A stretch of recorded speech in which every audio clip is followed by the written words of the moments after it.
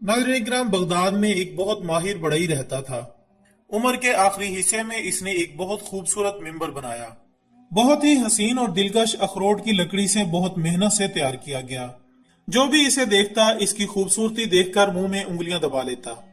और फिर इस मिंबर की शोहरत फैलने लगी और इतनी फैली कि बगदाद आने वाला हर अमीर शख्स इस बढ़ई से कहता कि ये मिंबर मुझे फरोख्त कर दो, मैं फलां मस्जिद को अतिया करूंगा। लेकिन बड़ाई का हमेशा एक ही जवाब होता कि नहीं जनाब, ये मिंबर तो मस्जिद अक्सा में सजेगा। लोग ताज्जुब में पड़ जाते कि भाई मस्जिद अक्सा तो ईसाइयों के कब्जे में है, फिर ये मिंबर कैसे मस्जिद अक्सा में सजेगा। बड़ाई सबकी बातें सुनता और फिर एक ही जवाब देता, मेरा काम बस इतना ही था, मैं एक फनकार हूँ, मिंबर बनाता हूँ। कभी कोई बहादुर जंगजू उठेगा और बैतुल मुकद्दस हासिल करेगा, फिर ये मिंबर इसकी जीनत बनेगा। नाज़रीन, वक्त यूं ही गुजरता रहा। मिंबर की कहानी शहर शहर हर बच्चे की जुबान पर आ चुकी थी। हर कोई मिंबर की खूबसूरती बताते वक्त एक की 10 बताता। फिर ये कहानी एक 7-8 साल के बच्चे तक पहुंची, मगर वो मिंबर की खूबसूरती से ज्यादा इसके बनाने वाले के जज्बे से मुतासिर था। उस बच्चे ने दिल में सोचा कि क्यों ना बैतुल मुकद्दस को आजाद करने वाला वो इंसान मैं ही बनूं।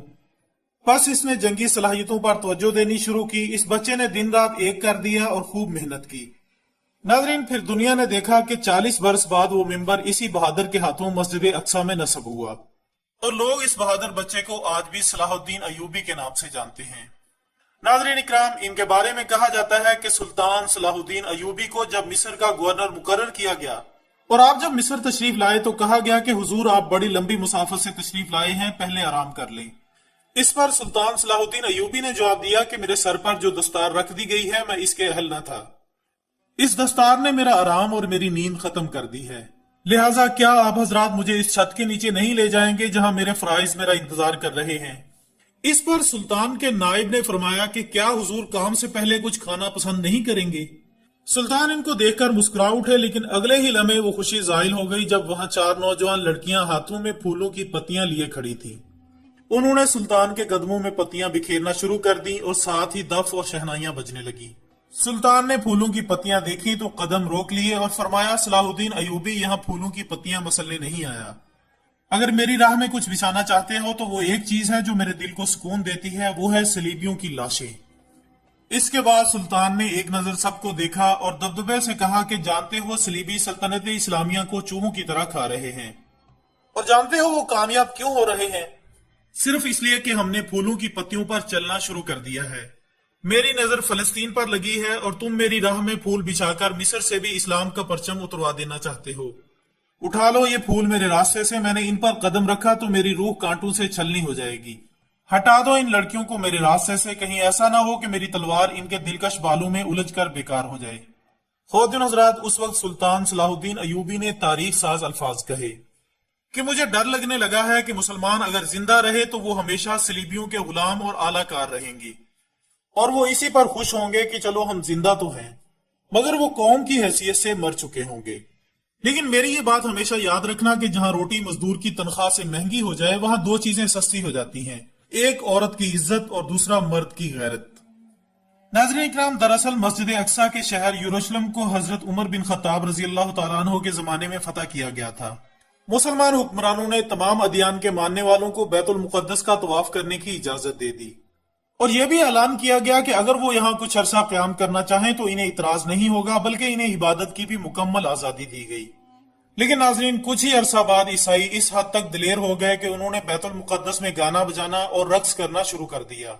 मुसलमान हुक्मरान, जिन्हें सुल्जोक तुर्क कहा जाता था, उस वक्त शाम, फलस्तीन और इराक के हुक्मरान थे। इन हुक्मरानों ने ईसाइयों से गुजारिश की कि वो बैतुल मुकद्दस के तकद्दुस का ख्याल रखें और इस मुकद्दस शहर का एहतराम करें। लेकिन ईसाइयों को ये बात कतई तौर पर अच्छी नहीं लगती थी कि इस मुकद्दस शहर में मुसलमान भी मौजूद रहें। लिहाजा उन्होंने मुख्तलिफ तरीकों से हुक्मरानों और इंतजामिया को उकसाया और इश्तियाल अंगेजी की। इस बात ने मुसलमानों को मजबूर किया कि वो ईसाइयों को नज़्म ज़ब्त की पाबंदी करने पर मजबूर करें। उन्होंने इनके खिलाफ सख्त इकदाम उठाने का फैसला किया। ख़वातीन हज़रात, इधर एक ईसाई राहब जिसका नाम पीटर था ने कुछ मन घड़त कहानियां लोगों को सुनाई और ईसाइयों को इस बात का यकीन दिलाया कि मुसलमान इन पर तशद्दुद कर रहे हैं। उसने अपनी इन झूठी कहानियों का वावेला यूरोप के तमाम बड़े मुल्कों यानी बरतानिया, जर्मनी, इटली और यूनान में किया। اس نے اس مقصد کے لیے چھوٹی چھوٹی عیسائی ریاستوں کا بھی دورہ کیا تاکہ مسلمانوں کے خلاف مقدس جنگ میں ان کی حمایت حاصل کی جائے۔ دوستو، پوپ نے سن 1095 میں فرانس میں ایک کانفرنس منعقد کی جس میں عیسائیوں پر زور دیا کہ اٹھ کھڑے ہوں اور یروشلم کو مسلمانوں سے آزاد کروائیں۔ انہوں نے صلیبی جنگوں میں حصہ لینے کے لیے کوئی 10 لاکھ لوگوں کو جمع کیا۔ صلیبی جنگوں میں حصہ لینے والے یہ عیسائی جتھوں کی صورت میں یروشلم کی طرف بڑھنے لگے۔ دوسری طرف مسئلہ یہ تھا کہ مسلمان داخلی جھگڑوں کی وجہ سے کمزور ہو چکے تھے۔ وہ اپنا دفاع مضبوط طور پر نہ کر سکے اور 42 دنوں کے بعد انہوں نے اپنی جدوجہد ترک کر دی، جبکہ دوسری طرف عیسائی حملہ آوروں نے مسلمانوں کے خون سے خوب ہولی کھیلی۔ ایک عینی حملہ آور نے بتایا کہ یروشلم کی گلیاں ٹخنوں تک خون میں ڈوبی ہوئی تھیں۔ پورے شہر میں مسلمانوں کی لاشیں ہی لاشیں بکھری پڑی تھیں۔ ناظرین، ایک فرانسیسی مورخ کا خیال ہے کہ سفاکی اور بربریت کی ایسی مثال تاریخ پیش کرنے سے قاصر ہے۔ وہ مسلمانوں کو ان کے گھروں کی چھتوں سے نیچے پھینک دیتے اور بعض صورتوں میں انہیں زندہ بھی جلا دیا جاتا۔ عیسائیوں نے مسلمانوں کے ساتھ جو سلوک کیا وہ اس کے بالکل برعکس تھا جو مسلمانوں نے یروشلم کی فتح کے وقت کیا تھا۔ اس کے علاوہ ان میں بہت سے ایسے علماء بھی تھے جو دنیا کے مختلف علاقوں سے ہجرت کر کے آئے تھے۔ ان لوگوں نے اپنی زندگی کو اللہ کی عبادت کے لیے وقف کر دیا تھا۔ مسجد انسانی خون اور انسانی اعضاء سے بھری پڑی تھی۔ مسلمانوں کا یہ قتل عام 8 دنوں تک مسلسل جاری رہا اور 60,000 مسلمان لقمہ اجل بن گئے۔ خواتین حضرات، شہر کو فتح کرنے کے بعد عیسائیوں نے پوپ کو یہ خبر سنائی کہ ہم نے شہر کو فتح کر لیا ہے، اور جس طرح کا سلوک ہم نے شہریوں کے ساتھ کیا ہے اس کا اندازہ اس حقیقت سے لگایا جا سکتا ہے کہ جب ہم حضرت سلیمان علیہ السلام کی عبادت گاہ میں داخل ہوئے تو ہمارے پاؤں مسلمانوں کے خون میں دھنسے ہوئے تھے۔ یروشلم پر قبضے کے بعد پوری مسلم دنیا پریشان تھی، لیکن خلیفہ اتنا کمزور تھا کہ کچھ نہ کر سکتا تھا، یہاں تک کہ وہ عیسائیوں کے عتاب سے مسلمانوں کو بچانے کے لیے کوئی مدد بھی روانہ نہ کر سکا۔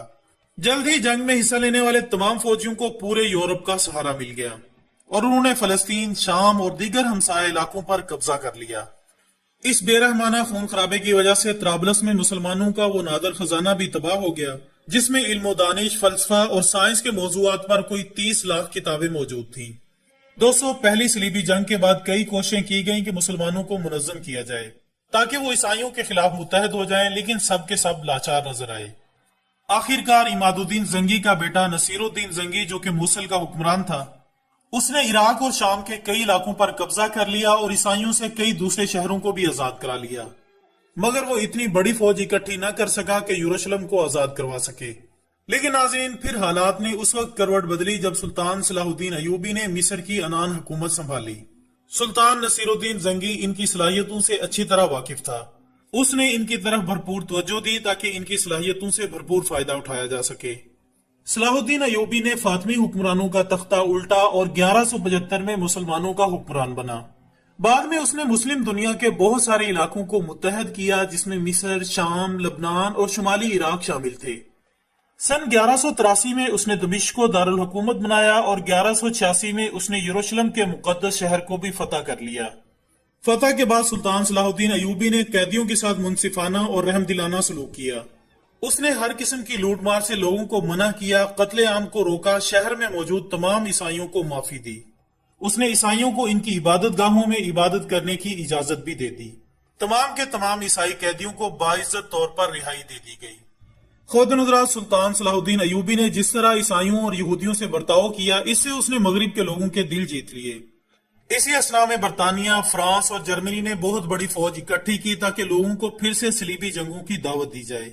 انہوں نے سن 1190 میں فلسطین اور یروشلم پر حملہ کر دیا۔ سلطان کو جب کہیں سے مدد نہ ملی تو وہ تنہا اس جنگ میں کود پڑا۔ انگلستان کا بادشاہ رچرڈ شیردل اس کا مد مقابل تھا۔ دونوں ایک دوسرے کے آمنے سامنے آئے، جنگ شروع ہوئی۔ دیکھتے ہی دیکھتے سلطان کے ایک ہی وار سے رچرڈ کا گھوڑا گرا اور مر گیا۔ رچرڈ بے بسی کی تصویر بنے کھڑا تھا۔ سلطان چاہتا تو ایک ہی وار سے اسے جہنم رسید کر سکتا تھا، لیکن اس کی غیرت نے ایک بے بس شخص پر ہاتھ اٹھانا گوارا نہیں کیا۔ سلطان نے اپنے فوجیوں کو حکم دیا کہ بادشاہ کے لیے گھوڑا لایا جائے تاکہ وہ گھوڑے پر بیٹھ کر مقابلہ کر سکے۔ دوستو، سلطان کی اس جوان مردی، فیاضی اور رحم دلی سے رچرڈ اتنا متاثر ہوا کہ اس نے لڑنے سے انکار کر دیا۔ دونوں نے ایک معاہدے پر دستخط کیے جس کی روح سے دونوں ملکوں کے باشندے آزادانہ طور پر مقدس مقامات کی زیارت کر سکیں گے۔ ناظرین، یہ تھے ہمارے فاتح تاریخ اسلام صلاح الدین ایوبی۔ اللہ عز و جل کے سلطان پر رحمت ہو اور اللہ اسلام کو پھر سے ایسے حکمران عطا کرے جو ہر غزہ پر اسرائیلی بمباری کا منہ توڑ جواب دے سکیں۔ آمین ثم آمین۔